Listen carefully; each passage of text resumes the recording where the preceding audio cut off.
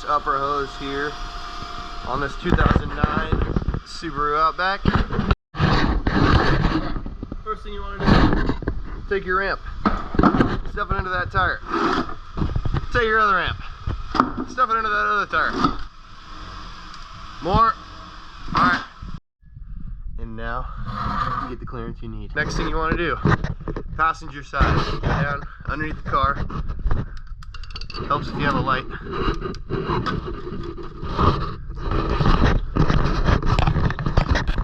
that thing. Right there. See, it's got the little cross in it.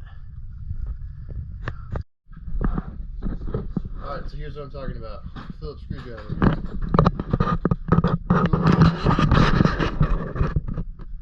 That bad boy right there.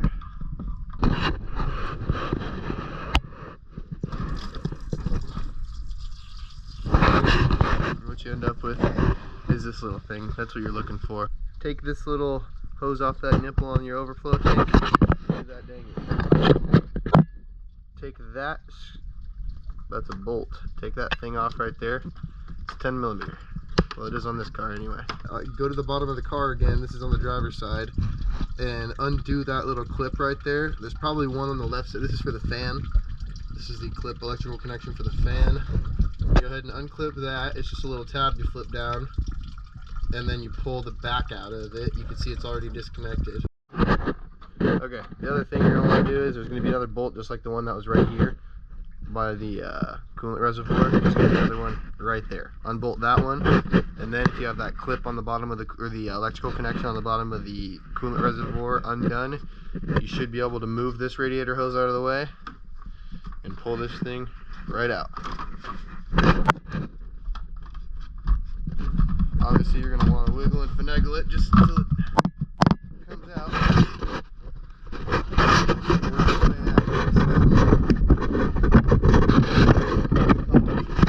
And voila. So, whoop, bang your buddy in the head with it. Set it aside. While you're at it, taking that fan out, might as well just take the connector off the other end of this, which is going to be most likely your thermostat housing. I don't know for sure though. And it might be seized on there. Just go ahead and wiggle it around until it breaks free and yank it right off. Throw that out of the way. You probably want to replace that. Here, your other electrical connection. Here, Nick, could you hold this flashlight right there? Right there. You're going to want to take a long flathead screwdriver, stick it in there, pry that thing away, and pull the plug out the back. Then you take those two bolts off the top, 10 millimeters again, and pull that fan out too.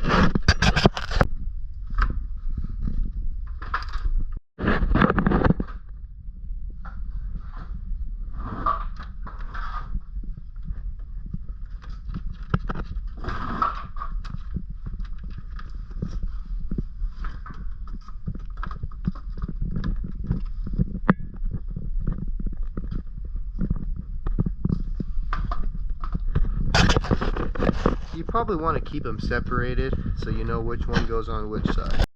Next thing you want to do, grab a catch bottle, something separate from what you put your coolant in, so that way it makes it easier for you to dispose of them. People aren't going to want to take your mix of coolant and ATF. Go underneath.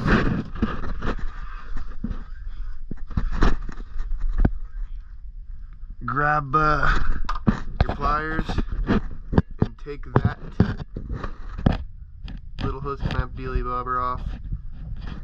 That is underneath the passenger side on the radiator, and then you're going to want to pop that one off too. That one.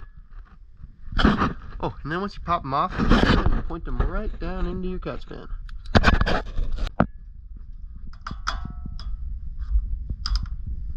Just go ahead and let them both drain. Two.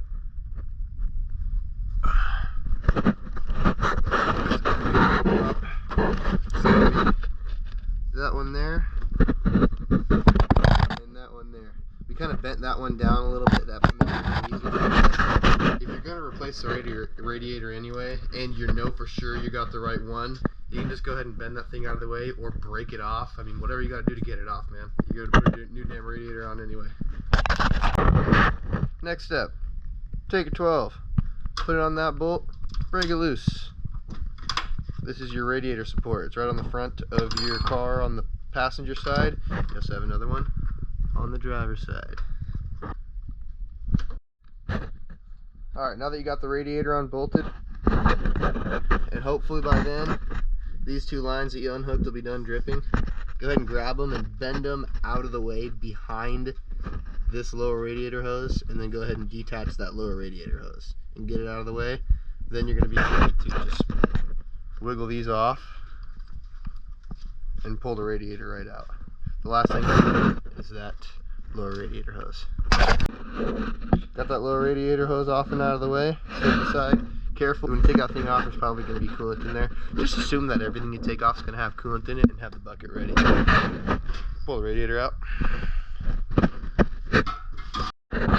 Next thing you want to do, pull out the new radiator.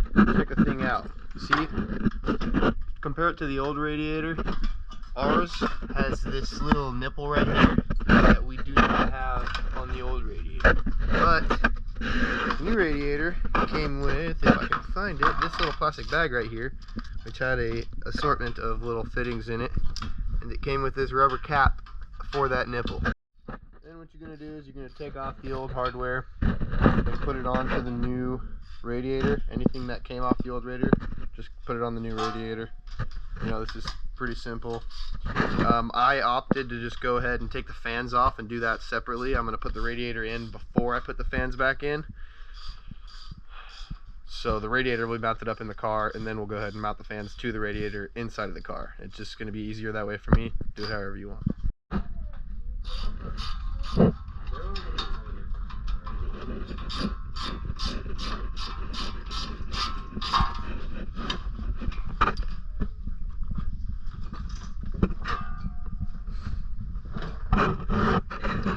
Oh, by the way, for anyone who was wondering, the torque spec on those bolts down there, it's Guten tight.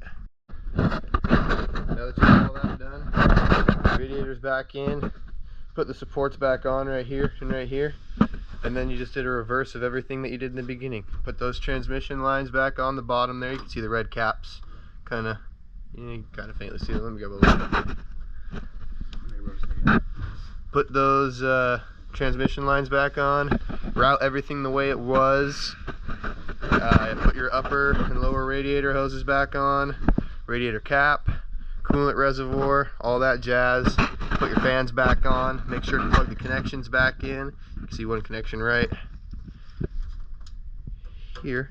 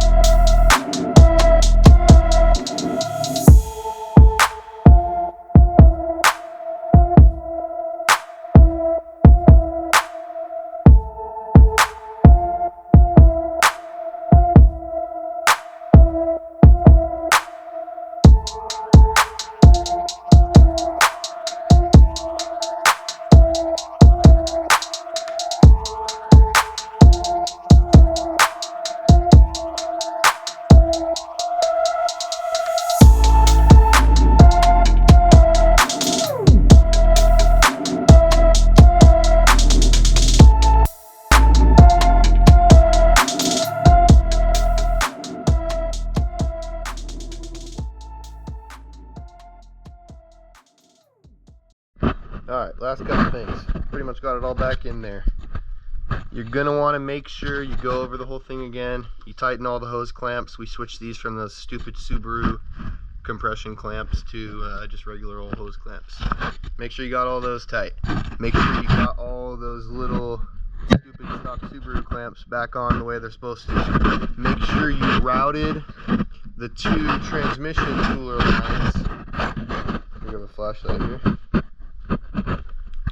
Make sure you routed those two transmission cooler lines, these ones, above the radiator hose, but make sure they're not being pinched by the fan when you put the fan back in.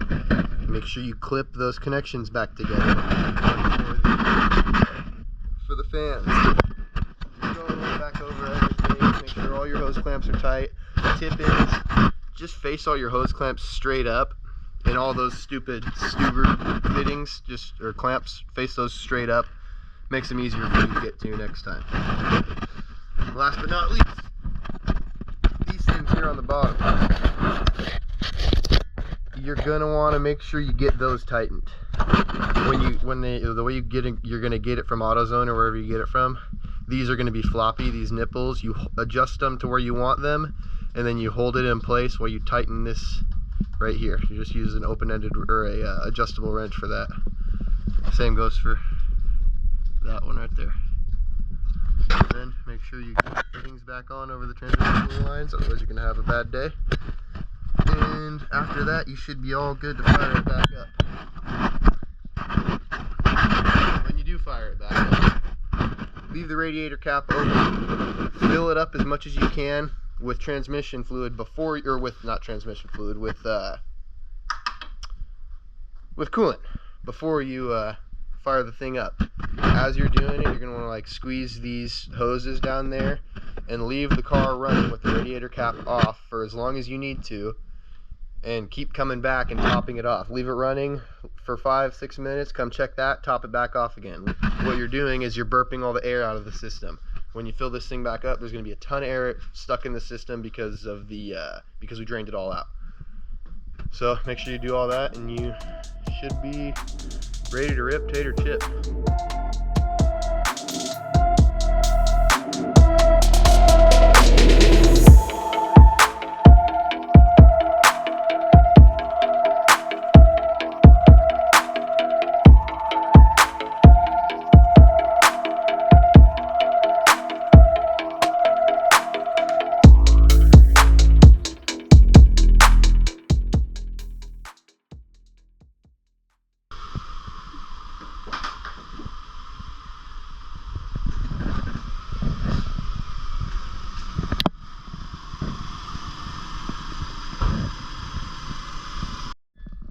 Alright guys, now this is the last step. Go ahead and open up the fridge, grab yourself one of these bad boys. Crack it open. Then what you're going to want to do, you're going to want to go ahead and just pat yourself right on the back.